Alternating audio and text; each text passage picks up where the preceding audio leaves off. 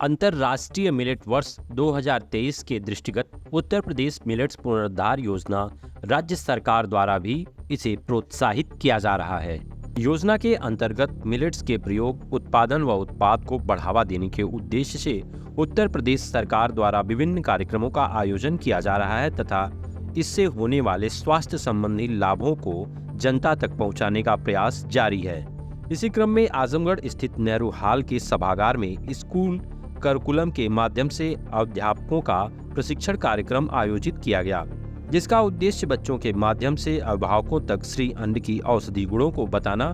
वैज्ञानिक अखिलेश यादव ने बताया कि मिलेट्स की खेती को कम लागत में तैयार किया जा सकता है तथा इस फसल से अत्यंत लाभ है। कार्यक्रम में अध्यापकों के अतिरिक्त प्रगतिशील कृषक महेंद्र सिंह, डॉक्टर राम केवल यादव, सलाहकार खाद्य सुरक्षा मिशन आजमगढ़ डॉक्टर प्रकाश यादव, कृषि महाविद्यालय कोटवा श्री रामनयन तिवारी, मत्स्य विभाग उप दुग्धशाला अधिकारी आजमगढ़, सहकारिता से श्री सुधाकर जी, प्रतिनिधि जिला उद्यान अधिकारी सहित शिक्षा विभाग तथा कृषि एवं संवर्गीय विभागीय अधिकारियों कर्मचारी प्रमुख रूप से उपस्थित रहे। Doctor Prakash Yadav, assistant professor, college of agriculture Kotwa Azamgarh में हूँ। किस तरह की गोष्ठी का आयोजन किया गया है? क्या उद्देश्य है? ये एक गोष्ठी नहीं, एक वर्कशॉप टाइप कर सकते हैं कि जो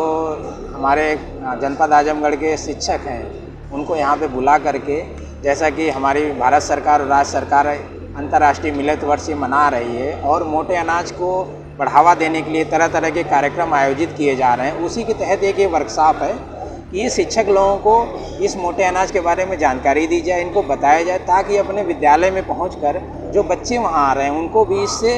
लाभान्वित करें, इसके बारे में बताएं, ताकि बच्चे आज की, जैसा कि आज से अगर 50 साल पहले जाएं तो उस समय मोटे अनाज की खेती हमारे यहाँ होती थी, लेकिन हरित क्रांति के बाद हम लोग के खाद्यान्न में चावल और गेहूँ की तरफ ज़्यादा आकर्षित हो गए। धीरे धीरे हम मोटे अनाज को दूर छोड़ते गए, तो आज की युवा पीढ़ी इस मोटे अनाज को पूरी तरीके भूल चुकी है और आज का समय ऐसा आ गया है कि ये मोटे अनाज हमारे लिए सबसे ज़्यादा ज़रूरी हो गए, चाहे पोषक तत्व के लिए, प्रोटीन के लिए, मैग्नीशियम के लिए, जो भी न्यूट्रिएंट है हमारे शरीर में, क्योंकि मेन इस चीज़ का मेन हमारा खाने की थाली, जो हमारा भोज्य खाद्य है, उससे प्रभावित हो रहा है। हम जंक फूड खा रहे हैं, धीरे धीरे हम प्रोटीनस खाना छोड़ते जा रहे हैं, जिससे हमारी हेल्थ, हमारी डाइट में फ़र्क आ रहा है और विभिन्न तरह की बीमारियां हमें ग्रसित कर रही हैं। दूसरी चीज़ ये है कि जलवायु परिवर्तन, जो कि जलवायु परिवर्तन हो रहा है, हम ज़्यादातर वो फसलें उगा रहे हैं जो ज़्यादा पानी, अधिक खाद की फसलें ले रहे हैं, इससे धीरे धीरे हमारी मृदा भी दूषित होती जा रही है, क्योंकि खाद्य के रूप में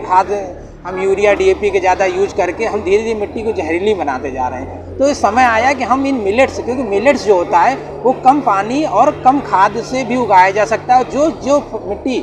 जो उपजाऊ नहीं होती, ख़राब मिट्टी में भी इसका प्रोडक्शन किया जा सकता है, तो हम कह सकते हैं कि इसको कहीं भी उगा सकते हैं। दूसरी चीज़, जैसे कि माननीय प्रधानमंत्री जी का एक सपना है कि भारत के हर किसान की आमदनी दुगनी हो सके, इससे हम आमदनी भी बढ़ा सकते हैं, क्योंकि लागत हमारी क्या होती है, आमदनी बढ़ाने के लिए हमें अपनी लागत को कम करना पड़ेगा। जब हम इसको हर तरीके, किसी भी प्रकार की मिट्टी में कम पानी, कम फर्टिलाइज़र में उगा लेंगे तो लागत ऑटोमेटिक कम हो जाएगी और इसका प्रोडक्शन जब होता है, मार्केट में जाता है, इसकी मार्केट वैल्यू ज़्यादा होती है और इससे हमें ज़्यादा से ज़्यादा फ़ायदा मिलता है। तो ये वर्कशॉप का मेन उद्देश्य यही है कि इन शिक्षकों को बुला करके इसके महत्व के बारे में, मिलेट्स कितने प्रकार के होते हैं, इनका क्या होता है, इनको उपयोग कैसे किया जा सकता है, इनको कैसे बनाया जा सकता है, इन सब चीज़ के बारे में बताकर इन शिक्षकों को बताया जाए और ये अपने स्तर से अपने कॉलेजों के बच्चों को इसके बारे में जागरूक करें, ताकि वो बच्चे जो देश का भविष्य हैं, ये जा करके फिर अपने मिलेट्स के बारे में जानें, जिसको हमारी युवा पीढ़ी भूल चुकी है, उसके बारे में जानकर इनकी उपयोगिता को सिद्ध करें।